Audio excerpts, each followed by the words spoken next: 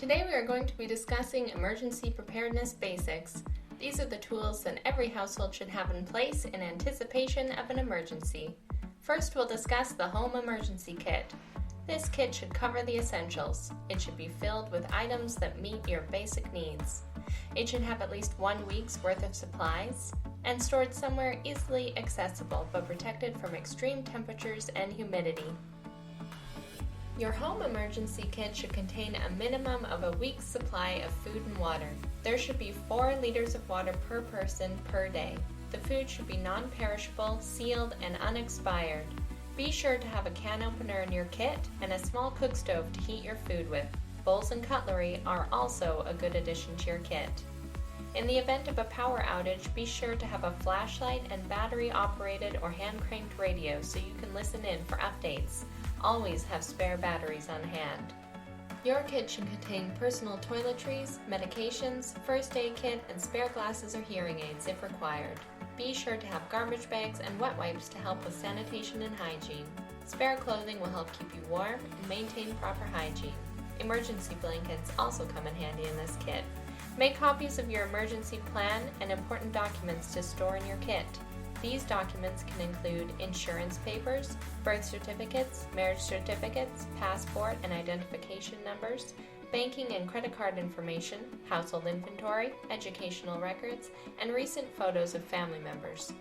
All this can be stored on a small USB to help on space.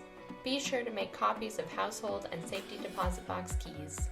Additional items include cash and small bills, dust masks, 2 to 3 millimeter thick polyethylene plastic sheeting and duct tape to cover windows, doors, and vents in the event of a shelter-in-place emergency, games, activities, and books, and OK help signs to place on your front window for first responders. If you have pets at home, it's important to have an emergency kit for them as well.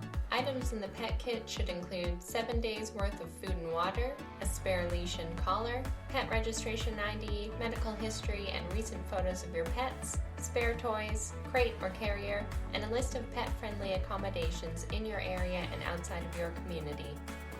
Grab-and-go bags are important for everyone in the household to have. They are a smaller version of the home emergency kit that you can just grab and take with you if you need to evacuate quickly. Although you won't need certain items like a cook stove or sheet plastic, your bag should include 72 hours of ready-to-eat food and water, a copy of your emergency plan and a map with muster points marked, spare phone charger and battery bank, a notepad and pen, cash and small bills, a small first aid kit, a whistle, and spare clothing. Kids should have their own grab-and-go bag as well. This bag will be much smaller but should contain the essentials. Be sure to communicate with your children beforehand about potential emergencies and come up with an easy plan that they will understand. Make sure they know how to read the map and know who to call if you're not with them. Store a grab-and-go bag in your vehicle in case you're unable to get home when an evacuation order is released. Once again, these items will be similar to your personal bag, but can also include booster cables, spare blankets, a fire extinguisher, reflective triangles, and a shovel. Nobody is fully prepared without an emergency plan. Be sure to sit down with your household and come up with a plan together. It's important that everyone has a good understanding of the steps to take in an emergency. Your plan should include family member information, medical information, be sure to include any allergies, medications, and contacts for your family doctor, insurance documents for yourself, your home, vehicle, and any other forms that apply, muster points within your community and outside of your community, emergency contacts within and outside of your community. Also include emergency contacts from work, school, or daycare as well. Hopefully this video has provided some insight on preparing yourself and your family in the event of an emergency.